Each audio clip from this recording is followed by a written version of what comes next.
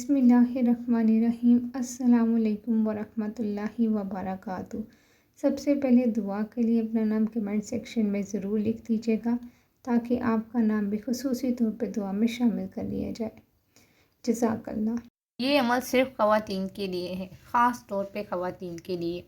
आज हम आपको एक ऐसा वजीफ़ा बताएंगे जिसको आप रोज़ाना का मामूल बना लें तो दौलत आपके कदम चूमेगी।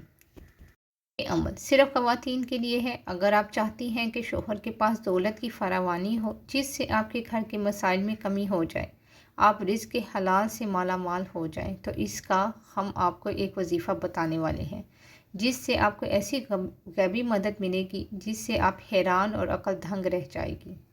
अगर कोई औरत अपने शोहर की दौलत में फरावानी की ख्वाहिशमंद हो तो इस दुरूद शरीफ को रोज़ाना 313 मरतबा पढ़कर शोहर के लिए दुआ करें।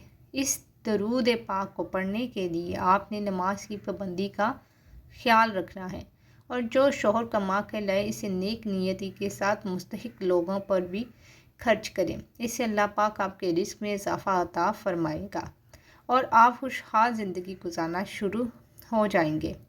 दुरूद शरीफ दरूद इब्राहिमी। दरूद इब्राहिमी की फ़जीलतें, बरकतें, रहमतें, इनाम व इकराम, फ़ायदे इस कदर हैं कि आपकी सोच भी वहाँ तक नहीं जा सकती। अगर हम गिनना शुरू करें तो हम इसके फ़ायदे नहीं गिन सकते।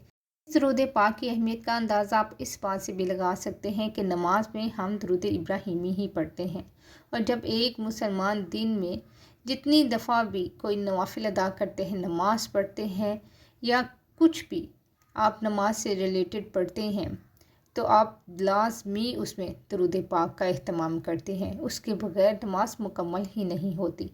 तो फिर आप ख़ुद ही अंदाज़ा लगा लें कि ये दरूद पाक कितना बरकतों वाला और कितना फजीलतों वाला है। ख़वातीन के लिए ख़ास तौर पर ये अमल है। अगर वो चाहती हैं कि उनका शौहर हलाल रिज़्क़ कमाए और उस रिज़्क़ में इतनी फरावानी हो और वो इतना ज़्यादा वसअत इख्तियार कर जाए तो उसके लिए ये वो अमल कर लें। लेकिन सबसे पहले नमाज की पाबंदी लाजमी है। आप लोगों ने नमाज की पाबंदी करनी है क्योंकि उसके बगैर कोई भी वजीफ़ा काम नहीं करता, किसी भी वजीफ़े का असर नहीं होता, किसी भी वजीफ़े की तासीर नहीं आपको मिलती। इसलिए नमाज़ों की पाबंदी के साथ अमल को किया करें। चाहे आप कभी किसी वक्त नमाज़ पढ़े हैं या नहीं पढ़े, लेकिन जब वजीफ़ा शुरू कर दें तो नमाज़ों की पाबंदी शुरू कर दें। हो सकता है उस वजीफ़े को करते करते आपकी नमाज़ों की आदत इस कदर पक्की हो जाए कि आपकी नमाज कभी छूटे ही ना। बस नियत कर लें, नियत करेंगे, अच्छी नियत करेंगे और अल्लाह की तरफ कदम बढ़ाएंगे तो अल्लाह ताला कभी भी आपको मायूस नहीं करेंगे।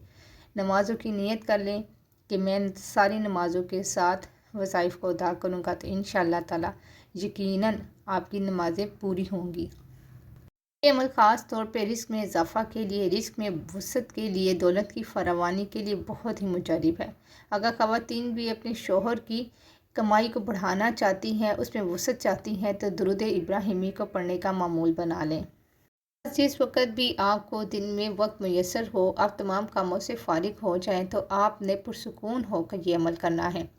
आपने 313 बार दरूद इब्राहिमी पढ़ना है इंशाअल्लाह ताला और उसके बाद आपने खूब दुआ मांगनी है। दुआ में किसी भी किस्म की कंजूसी या कमी मत कीजिएगा क्योंकि जितना दिल खोल के और जितना आप मांग सकते हैं मांगिएगा, क्योंकि जिस हस्ती से आप मांग रहे हैं उसके इख्तियार में सब कुछ है और वो सब कुछ अता कर सकता है। ये अपने जहन में रख के मांगा करें कि मैं अल्लाह से मांग रहा हूँ, अल्लाह के ख़जानों में कोई कमी नहीं है।